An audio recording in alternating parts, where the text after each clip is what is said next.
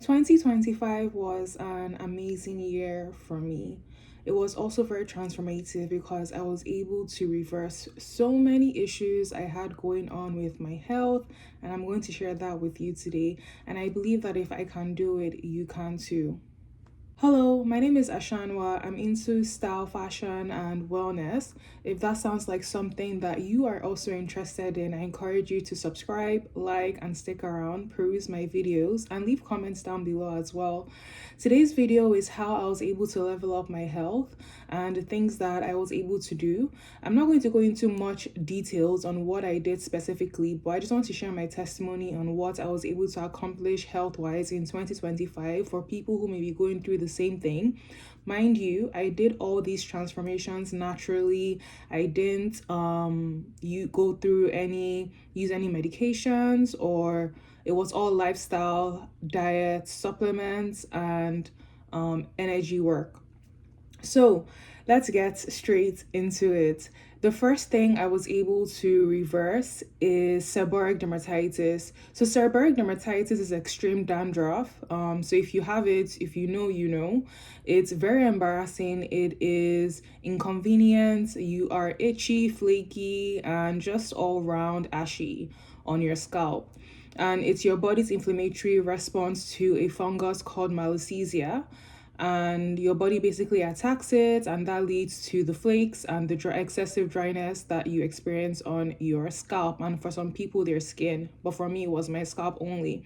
I was able to reverse my seborrheic dermatitis naturally even after going to a dermatologist to really understand what was going on with my scalp, because it was impeding my hair growth. And the doctor or dermatologist straight up told me, girl, there is no cure for seborrheic dermatitis. You have to live with it for the rest of your life. But knowing me and my personality type, I don't always take doctors' words as the final say. And I was able to find a solution to cure myself of seborrheic dermatitis. And I have been seborrheic dermatitis free for over a year now and counting, knock on wood. So I did a video called how I reversed seborrheic dermatitis on my channel, and I encourage you to watch that video if you want more specific details on how I was able to reverse my seborrheic dermatitis or extreme dandruff. The second thing I was able to reverse in 2025 was painful periods. I'm someone who has always had easy periods. I never struggled with my periods. It wasn't something I thought of, but I noticed that in the last couple of years, I began to have painful periods, and they were so bad that I would be on the floor in front of my portable heater just receiving heat because I was in so much pain. And it brought up a case of concern for me because that was not my norm. The final straw for me was when I went to the doctor for a pap smear. I think it was 2 years ago now, because you're watching this in 2026. Welcome. And the doctor told me that they noticed low-level inflammatory cells in my womb.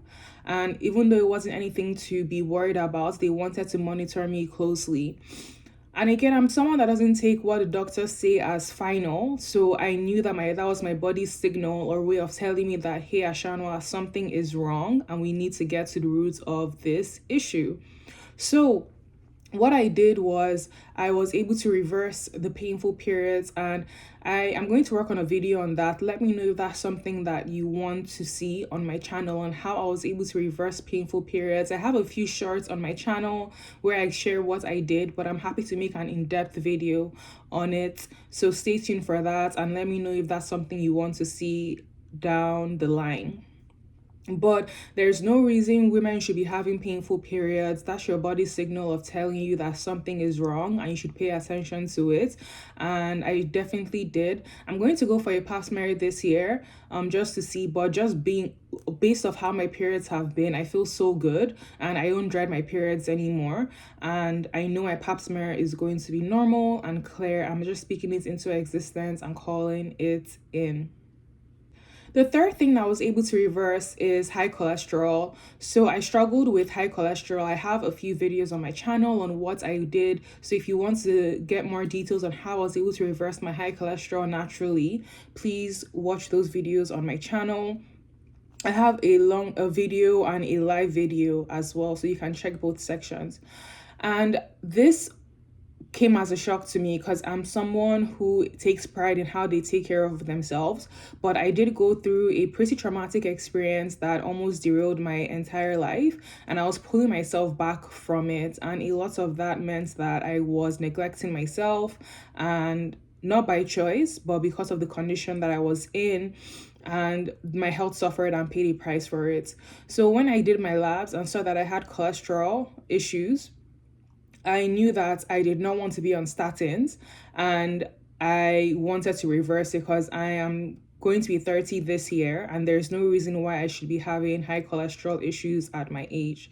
So essentially, I was able to reverse it naturally, and it was very simple and easy. And again, I encourage you to watch the videos on my channel about it if you want details on how I was able to reverse the high cholesterol. Number four is my weight. I was able to lose almost 30 pounds of body fat in the past year.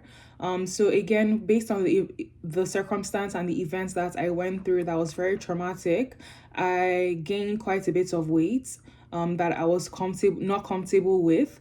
And I knew that losing that excess weight would help me feel more confident. I was still confident in myself when I was heavier, but I have a personal standard for how I like to see myself and ways I like to look. And I knew that losing the weight would help with some of the issues that I was experiencing, and it did. But it also helped me boost my confidence as well and help me feel more secure within myself. So I have a video as well on how I was able to shed the excess weight, so you can check my channel for it. I'll try and link all the videos down below so that you have it for reference. And yeah, that is it, the weight loss. And I'm so grateful. I was at 180 plus pounds. I stopped counting after I saw 180 on the scale because I was distraught, but now I'm closer to 150 pounds, which I'm really happy for. And that's the size and weight I want to maintain by God's grace for the long term. Number five thing I was able to reverse was the width of my waist. So I had it a 35-inch waist at the beginning of 2025. And again, I've also gone into videos on why you want to lose the belly fat and lose especially visceral fat around your abdominal area, because it's linked to a host of health issues that are very preventable if we just get rid of them or get rid of it.